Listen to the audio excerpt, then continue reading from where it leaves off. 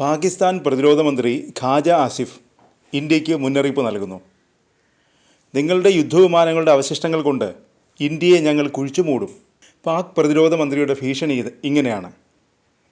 Indian സൈന്യാധിപൻ general Upendra ദ്വിവേദിയുടെ പ്രസ്താവനയോടുള്ള മറുപടിയാണിത്. ഭീകരതയെ തടയാൻ പാകിസ്ഥാൻ പരാജയപ്പെട്ടാൽ അവരെ ഭൂമിയിൽ നിന്ന് തുടച്ചു നീക്കും, ഇങ്ങനെയായിരുന്നു മുന്നറിയിപ്പ്. പാകിസ്ഥാൻ്റെ കിരീടത്തിലെ രത്നം എന്ന് അവർ വിശേഷിപ്പിക്കുന്ന പാക് അധിനിവേശ കാശ്മീർ അല്ലെങ്കിൽ POKയിൽ എന്താണ് സംഭവിക്കുന്നത്?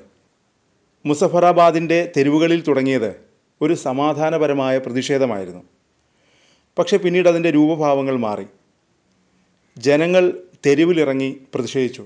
അവരുടെ ആവശ്യങ്ങൾ ആരും കേൾക്കുന്നില്ലെന്ന് വിലപിച്ചു. മുസഫറാബാദിലെ തെരുവുകളിൽ സമാധാനപരമായൊരു പ്രതിഷേധമായി ആരംഭിച്ചത് പെട്ടെന്നൊരു വൻ കലാപവുമായി മാറി. നിരാശയും ദേഷ്യവും നിറഞ്ഞ ജനങ്ങൾ തെരുവിലേക്ക് ഒഴുകിയെത്തി. അവരുടെ ശബ്ദത്തിൽ മാറ്റത്തിനായുള്ള ആവശ്യങ്ങൾ നിറഞ്ഞു വന്നു. എന്നാൽ പ്രതികരണം ക്രൂരമായിരുന്നു. കലാപത്തിൻ്റെ തീക്ഷ്ണത അടങ്ങിയപ്പോൾ 10 പേരുടെ ജീവൻ നഷ്ടപ്പെടുകയും നൂറുകണക്കിന് പേർക്ക് പരിക്കേൽക്കുകയും ചെയ്തു. പാകിസ്ഥാൻ പരിഭ്രമിച്ചു. പ്രതിസന്ധി നിയന്ത്രിക്കാൻ പ്രധാനമന്ത്രി ഷഹബാസ് ഷെരീഫ് രാജാ പർവേസ് അഷ്റഫിൻ്റെ നേതൃത്വത്തിൽ ഒരു ഉന്നതതല സംഘത്തെ ചർച്ചയ്ക്കായി അയച്ചു. ഉറക്കമില്ലാത്ത 2 രാത്രികൾ നീണ്ട ചർച്ചയ്ക്ക് ശേഷം അവർ 25 പോയിന്റുകളുള്ള ഒരു സമാധാന കരാർ പ്രഖ്യാപിച്ചു. പാക് അധീന കാശ്മീരിലെ തകർന്ന വൈദ്യുതി സംവിധാനം പരിഹരിക്കാൻ 10 ബില്യൺ പാകിസ്ഥാൻ രൂപ, പുതിയ വിദ്യാഭ്യാസ ബോർഡുകൾ, ആരോഗ്യ കാർഡുകൾ, ഓരോ ജില്ലയ്ക്കും ഡയഗ്നോസ്റ്റിക് മെഷീനുകൾ, തുരങ്കങ്ങൾ, വിമാനത്താവളങ്ങൾ, അഴിമതി തുടച്ചു നീക്കാൻ ഒരു ചെറിയ തദ്ദേശ സ്വയംഭരണ മന്ത്രിസഭ എന്നിവ വാഗ്ദാനം ചെയ്തു. എന്നാൽ ഇവയെല്ലാം പാകിസ്ഥാൻ മുമ്പ് നൽകിയതും ലംഘിച്ചതുമായ വാഗ്ദാനങ്ങളാണ്. ഈ പ്രതിഷേധങ്ങൾ അടിസ്ഥാന സൗകര്യങ്ങളെക്കുറിച്ചായിരുന്നില്ല. അവിടുത്തെ ജനങ്ങൾക്ക് പാകിസ്ഥാൻ നേതാക്കളിലുള്ള വിശ്വാസ്യത നഷ്ടപ്പെട്ടു. അതാണ് പ്രതിഷേധമായി തെരുവുകളിൽ ആളിക്കത്തിയത്. ഇതോടെ ഖാജ ആസിഫ് പഴയ തന്ത്രം പുറത്തെടുത്തു. പ്രതിരോധ മന്ത്രി രാജ്നാഥ് സിംഗ് മുതൽ കരസേനാ മേധാവി ജനറൽ ഉപേന്ദ്ര ദ്വിവേദി വരെയുള്ള ഇന്ത്യൻ നേതാക്കൾ സ്വന്തം പ്രതിച്ഛായ ഉയർത്തിപ്പിടിക്കാൻ പ്രകോപനപരമായ പ്രസ്താവനകൾ നടത്തുന്നതായി അദ്ദേഹം ആരോപിച്ചു. ഇത് പാകിസ്ഥാൻ്റെ ഒരു പഴയ തന്ത്രമാണ്.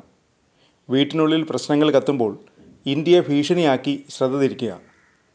ഏപ്രിലിൽ പാക് പിന്തുണയുള്ള ഭീകരർ പഹൽഗാമിൽ 26 പേരെ കൊലപ്പെടുത്തിയപ്പോൾ ഇന്ത്യ മറുപടി നൽകി. ഓപ്പറേഷൻ സിന്ദൂർ പാകിസ്ഥാൻ 6 ഇന്ത്യൻ വിമാനങ്ങൾ വീഴ്ത്തിയെന്ന് അവകാശപ്പെട്ടു. ഏപ്രിലിൽ പാക് പിന്തുണയുള്ള ഭീകരർ പഹൽഗാമിൽ 26 പേരെ കൊലപ്പെടുത്തിയപ്പോൾ ഇന്ത്യ മറുപടി നൽകി. 6 ഇന്ത്യൻ വിമാനങ്ങൾ വീഴ്ത്തിയെന്ന് പാകിസ്ഥാൻ അവകാശപ്പെട്ടു. പക്ഷേ ആ കെട്ടുകഥ പിന്നീട് പൊളിഞ്ഞു. ഇന്ത്യയുടെ സൈനിക മേധാവി കൃത്യമായി തിരിച്ചടിച്ചു. പാകിസ്ഥാൻ സ്പോൺസർ ചെയ്യുന്ന ഭീകരതയോട് ഇനി സഹിഷ്ണുതയില്ല. ഇനി പിൻവാതിൽ അപേക്ഷകൾ വേണ്ട. ഇന്ത്യയുടെ ക്ഷമ നശിച്ചു. ഇത് പാകിസ്ഥാനെ അസ്വസ്ഥമാക്കി. അതിൻ്റെ പ്രതികരണമാണ് ആസിഫിൻ്റെ ഭീഷണി വാക്ക്. ആസിഫിന് ഇന്ത്യയെ ഭീഷണിപ്പെടുത്താം. വിമാനങ്ങളുടെ അവശിഷ്ടങ്ങൾ കൊണ്ട് മൂടാമെന്ന് പറയാം. എന്നാൽ ഇന്ത്യക്ക് പാകിസ്ഥാനെ ഭൂപടത്തിൽ നിന്ന് മായ്ച്ചു കളയേണ്ട ആവശ്യമില്ല. പാകിസ്ഥാൻ നേതാക്കൾ അത് സ്വയം മികച്ച രീതിയിൽ ചെയ്യുന്നുണ്ട്. അഴിമതിയുടെയും വാഗ്ദാന ലംഘനത്തിൻ്റെയും ഭാരത്തിന് കീഴിൽ പാകിസ്ഥാൻ സ്വയം കുഴി തോണ്ടുകയാണ്.